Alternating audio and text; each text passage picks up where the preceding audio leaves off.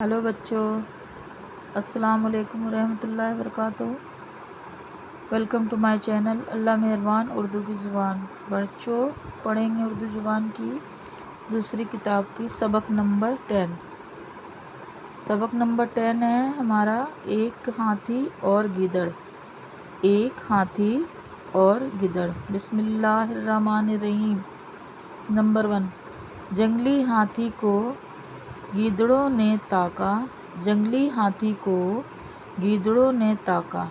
आपस में कहने लगे, जो किसी तरह से यह मारा जाए तो हमको बाफरागत 4 महीने की खुराक हाथ लगे। एक बूढ़े खर्राट गीदड़ ने वादा किया कि देखो, मैं किसी न किसी हीले से इसको ठिकाने लगाता हूँ। मैं किसी न किसी हीले से इसको ठिकाने लगाता हूँ। नंबर 2। एक रोज़ मक्कार गीदड़ हाथी के पास गया। एक रोज़ मक्कार गीदड़ हाथी के पास गया और बहुत अदब से सलाम करके बोला जनाबे अली, आप इजाज़त दें तो जनाबे अली, आप इजाज़त दें तो मैं कुछ अर्ज़ करना चाहता हूँ। हाथी ने पूछा, तुम कौन हो, कहाँ से आए हो? हाथी ने पूछा, तुम कौन हो, कहाँ से आए हो? नंबर 3। जवाब दिया कि हुजूर, मैं एक गरीब गीदड़ हूँ।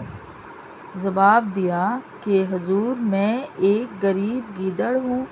इस जंगल के तमाम जानवरों ने मुत्तफ़िक़ होकर मुझको सफ़ीर बनाया और आपकी खिदमत में भेजा है ताकि आपके सामने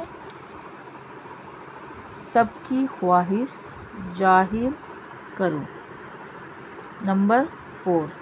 हुजूर, यह ऐसा वसी जंगल है जिसका इंतज़ाम बग़ैर एक ज़बरदस्त बादशाह के नहीं हो सकता, और जब तक अच्छा इंतज़ाम ना हो कोई जानवर अमन चैन से गुजारन नहीं कर सकता। हमारी जिन्स में हुजूर के सिवा कोई बादशाही के लायक नहीं।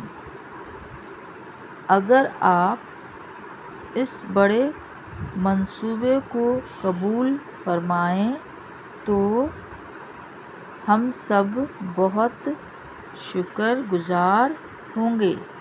यह सुनकर हाथी ज़रा सोचने लगा।